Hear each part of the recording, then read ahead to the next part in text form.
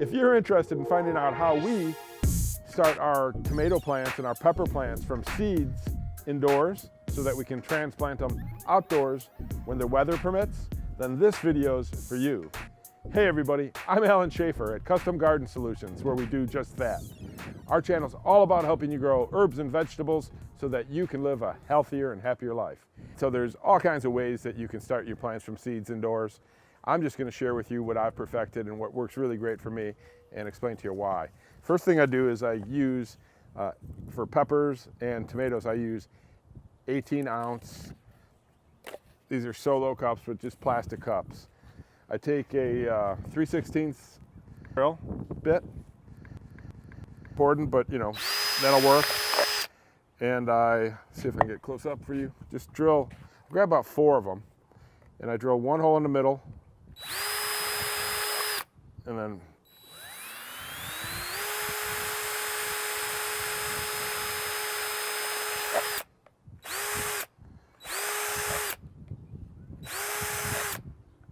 I put 4 on kind of the outside. There's a little lip that comes in contact with the ground. Then I'll put 2 or 3 more. All right. And then make sure that you get rid of all the little plastic remnants, pieces of plastic from your drilling. And now I have 4 ready to go. All right, so I've used a lot of different soils in trying to do seed starts for transplanting. And Sunshine Advanced Mix number 4 by SunGro is the one that I've been using the last couple of years and have had really terrific success with. This is a OMRI listed for organic use product. So you know when you check out the pricing on this is that this will expand quite a bit. So it's a compressed bale and it expands up to 6 cubic feet. So this will last you quite a while. And you can plant directly in this if you'd like. I'll share with you some of the goodies that I add to it. And you'll find it in the description below, a link where you could pick this up at Amazon. So this is the earthworm castings that I've been using. I've been using these for a couple of years now. It's from Wiggleworm, and it says here, Wiggleworm earthworm castings, non-toxics, odor-free.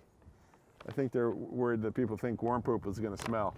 But I've been using this for quite a while. I did add a little bit of this to my mix. So I've basically used the Sunshine Mix number 4, some peat moss, some worm castings, some rock dust, just kind of whatever I had laying around.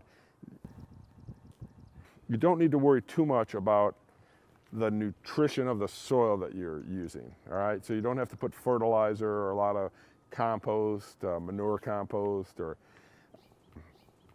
mushroom compost. Don't be too worried about that. The seed has so much tremendous power in that little tiny seed that actually it doesn't use any nutrients for the first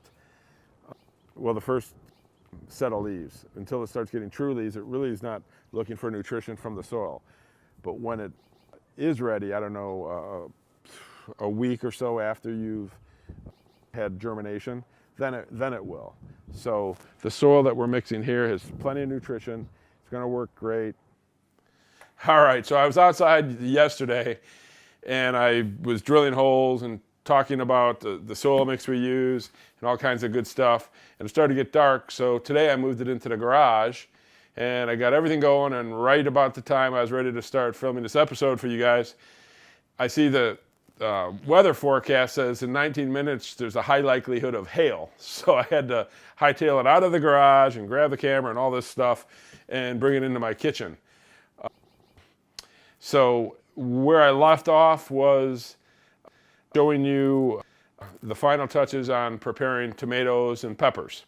So I filled up 14 of the cups with our grow mix. And you fill it up about an inch away, half an inch, 3/4 of an inch from the top. And just make sure it's kind of level. Doesn't have to be perfect. I've got a couple big pieces in here that I'm just going to get rid of. And then you take your seeds.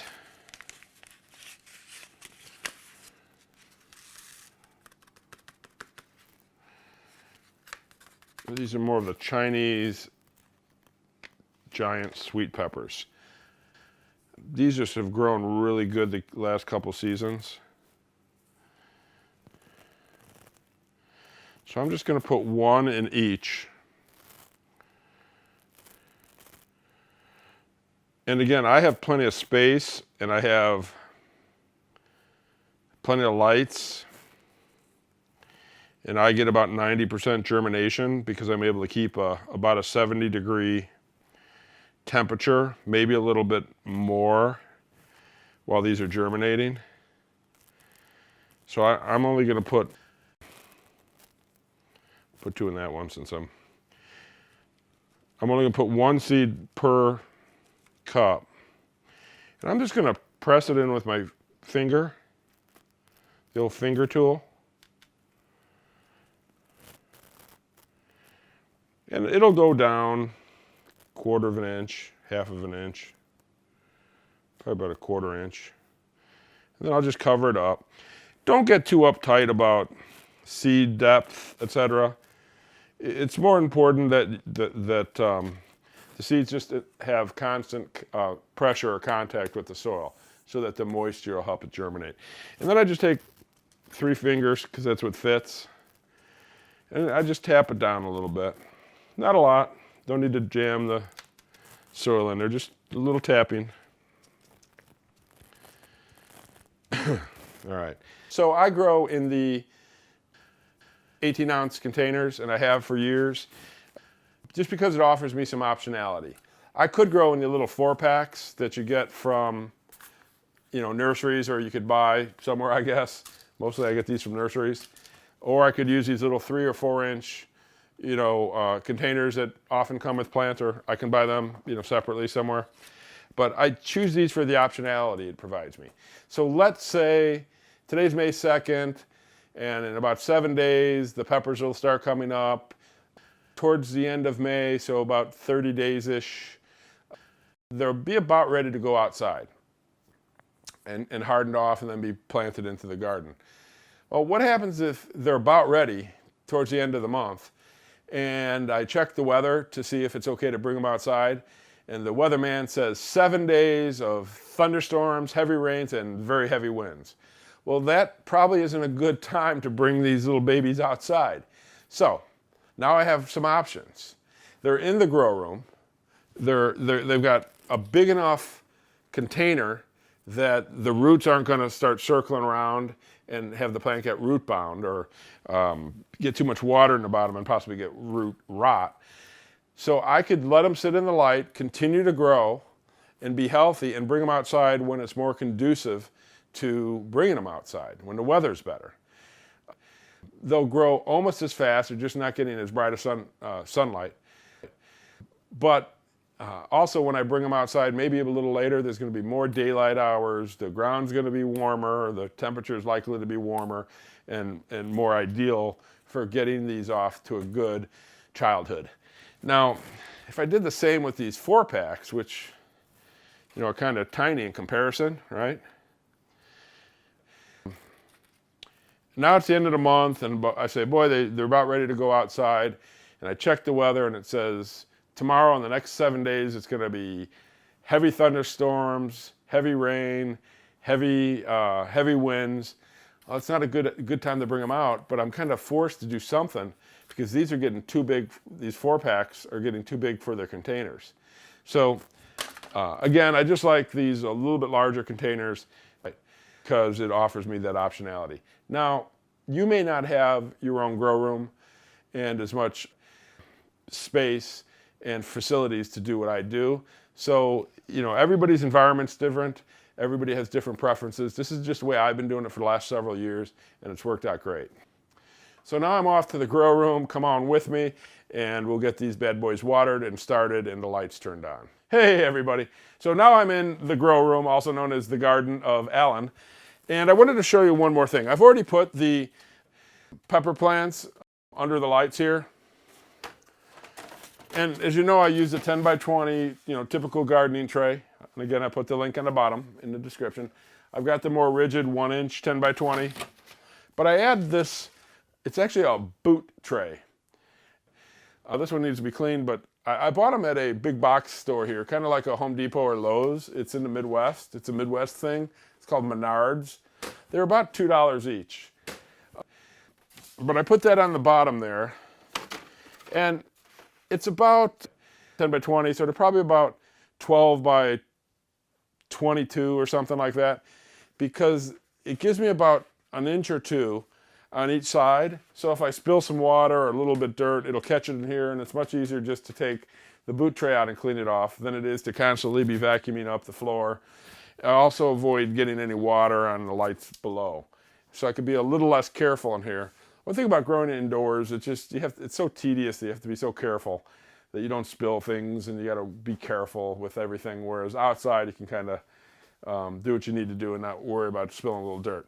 So I've put the pepper plants in here, and I'm not going to talk about the grow room today. We're going to do a complete episode on the grow room in a couple of days, I hope, certainly in the next week or so.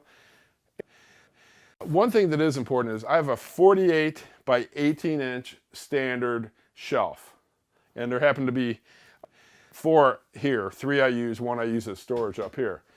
But I've got 3 of these shelves here, and they're on casters, so they roll around. But the important thing is I can standardize on all the different trays I use, and the boot trays, and the cups, and just everything, because I use the same shelves. So 2 of these fit perfectly under the lights and with the trays. So just something to consider if you're going to do some massive growing, that you get some standardization, because it's just going to save you a lot of headaches down the road. And I've had some headaches, and that's where I learned to do this the way I've done it. So again, I'm not going to talk a lot about lighting or the grow room today, but I've got 4 T8 fluorescent light bulbs going on here. Now, pick that up. So it's 2 shop lights that cost like under $20 each, the shop lights, and each of them carry 2 of the bulbs. So in this grow room, we've got all kinds of lights. I've got CFL, I've got fluorescent, I've got 600 watt high pressure sodium and 600 watt metal halide. I've got all kinds of lights. These are just fluorescent because I have them. But this winter, growing in Phoenix, I tried some 48-inch long LED light bulbs that work in this same shop light, and they worked great. The advantage of LED is going to be a lot less energy usage and absolutely no heat. Fluorescent puts off a little bit of heat, which actually can be a little bit of a benefit in that I'll keep these about 2 or 3 inches from the plant, about 2.5 inches, 3.5 inches from the soil, and it'll help with germination. I also have lights under here, and these are some old dead basil plants that have been here for several months. These lights will help keep it warm and keep the germination rates high. I get about 95% germination. Almost everything germinates.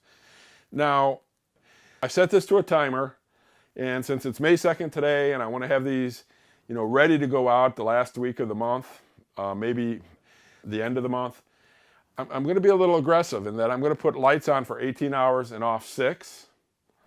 And what I'll do is the plants germinate, and they get their cotyledons, which are their first little leaves, and then their first set of true leaves.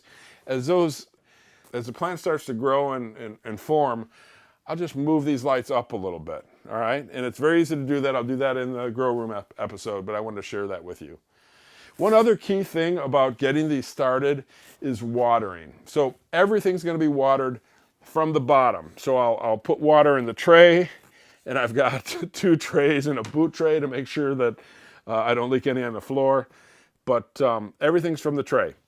And what kind of water you use is also important. And these are all pieces of the puzzle. If you add them all up, it equals good gardening practices. All right, so if you're getting water from your tap, there's a good chance it's from a municipality who's treating the water. And while chlorine and chloramine are good because they kill diseases and bacteria that may harm humans and animals, it's not so good necessarily for your soil. You don't want to be putting things that are going to kill the good bacteria and the living organisms that are in your soil if you can avoid it. So this is just another best practices. You add them all up and you become a good gardener. So what do I do? You have a couple options. One is you can easily buy a filter, and it'll filter out some of the things that your plant doesn't want or need. All right. What I do though is I'm not using a filter right now. I have, but I'm not using one right now. And I've got about 12 gallons of water that I've got from my tap. And chlorine and chloramine and some of the other things that they may use to disinfect our water dissipates or becomes less concentrated over time when exposed to air. So my hot water takes about a gallon of water before it gets hot. And when I get up in the morning, I'm making breakfast, and if I need hot water, I'll run it into a gallon jug, and I'll fill it up with cold water until it comes hot. Then I'll use the hot water for whatever I need it for. And I'll just take that jug and put it aside and later bring it into the grow room. So it came from the hot water heater, first of all, which may have sat there for quite some time. You probably have a 40 or a 50 or 60 gallon hot water heater. I take showers mainly at the health club, so quite often maybe I haven't taken showers for a couple days. So that water sat there a long time, and then it sits in the jug for a couple more days before I put it in. I think they want you to wait about 24 hours, and that's when most of the chemicals that they've used to disinfect your water have dissipated. But by doing so, now I'm using water that has lower concentrations of chlorine, chloramine, or whatever they happen to be putting in your water. Now, when I water, I'm going to water from the bottom. And the first time I water, I'm just going to pull this out a little bit. See why I use the boot trays? Makes it easy to pull it out. I'm just going to, and I know it's going to take at least a half a gallon. Because the first time, it always does. Because the soil is dry and it's light. And I'll come check this in about an hour or so, but I'm pretty sure most of the water will be gone. It may take 75–80% of a gallon your first time, but this will, using the word of the day again, capillary action, which is wicking, it'll sponge up or soak up the water from the tray all the way to the top. But a majority of the water, or a higher percentage of water, is going to be in the bottom, right? So what that does is once the seeds germinate, they're gonna put up their cotyledons, and they're gonna start their first two leaves, and they're gonna start diving down to get that water and the nutrients. It's exactly what you want. So now I've got about 42 pepper plants going of several different varieties. I've got these watered. I got the lights on. I got the timers on. They're good to go. I'll water them probably tomorrow, and I'll wait till they get, the tray is dry, and then I'll water. And I'll wait till the tray is dry, and I'll water. If there's a little bit in the water, if there's a little bit of water in the tray, just wait a couple hours or the next day and water again. If they go without water for a day or so, it'll be okay, because these cups will get really heavy and they'll be saturated with water. You don't want to have them floating in too much water too much of the time. So a little bit of a dry, wet cycle is really what you're looking for. So if I wake up tomorrow morning and check them and it's bone dry, I'll add water. If there's a little bit water tomorrow morning when I wake up, maybe I'll wait till later in the day to see how things are going. So you don't want to overwater or underwater. You want to make it just right. So in about 7 to 10 days, I expect that these will start germinating. I have a pretty aggressive light and heat schedule for them, and I'll share a quick episode on that. And then a couple weeks after that, we're going to bring them outside to harden them off. A lot of different ways to harden off plants. I'll share with you our best practices and some other ideas that that you could use to harden off your plants.